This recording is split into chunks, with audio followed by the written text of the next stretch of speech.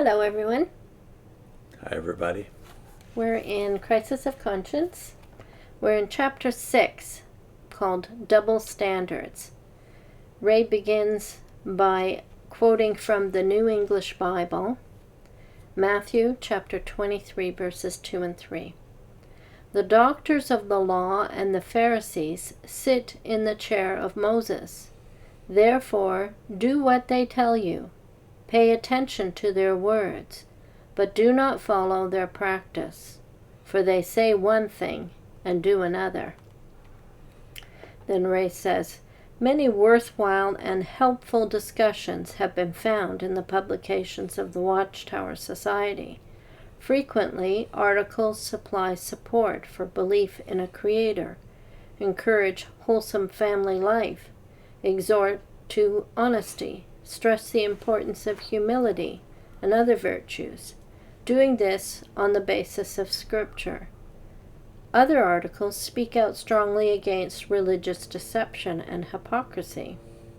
Consider, for example, the portion of an article published in the Watchtower magazine produced on the following page. So that's what we discussed last time.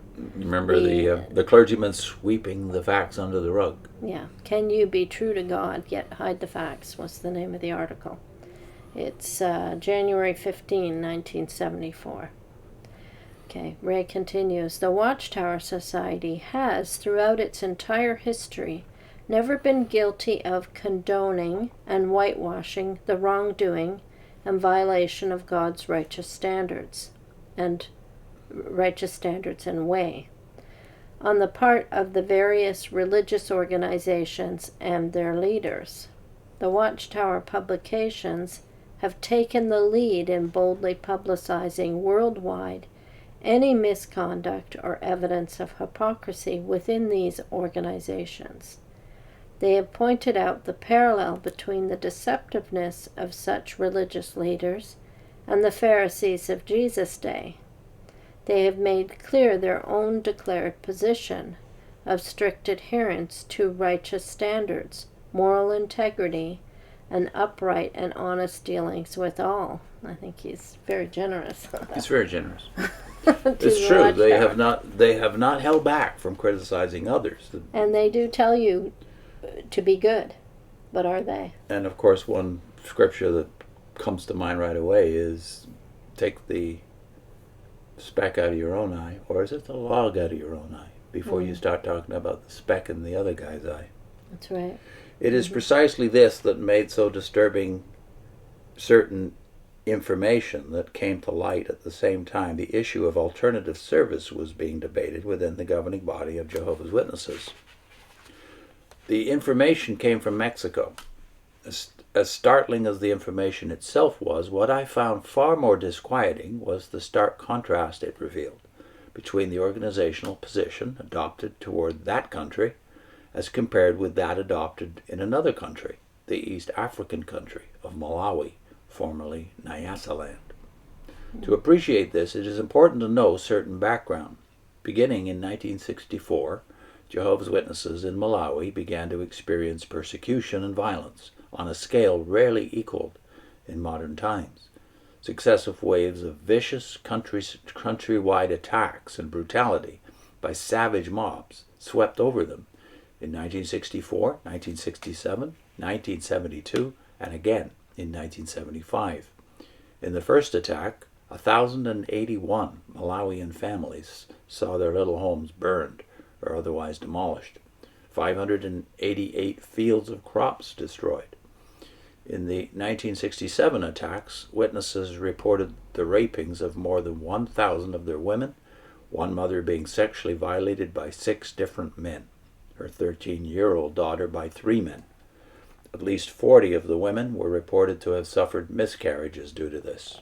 In each wave of violence, beatings, torture, and even murder went virtually unchecked by the authorities and reached such intensity that thousands of families fled their homes and fields to neighboring countries. In 1972, authoritative estimates were that 8,975 fled to Zambia, 11,600 to Mozambique. When violence subsided In time, the families filtered back to their homeland. Then a new wave forced them to flee again. Adding to the tragedy of all this were the reports coming out of the camps of small children dying because of lack of medicine and medical treatment. Awful.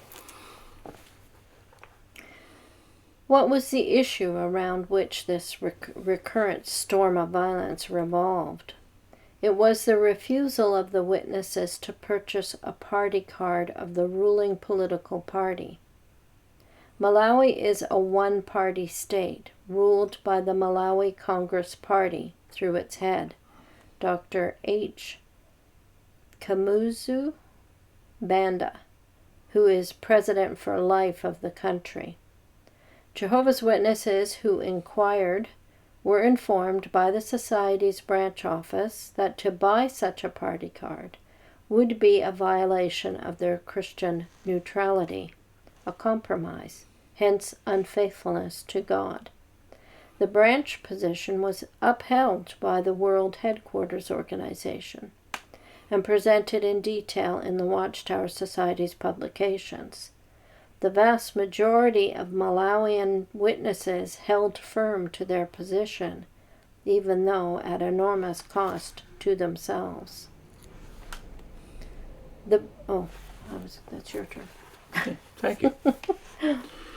The brutality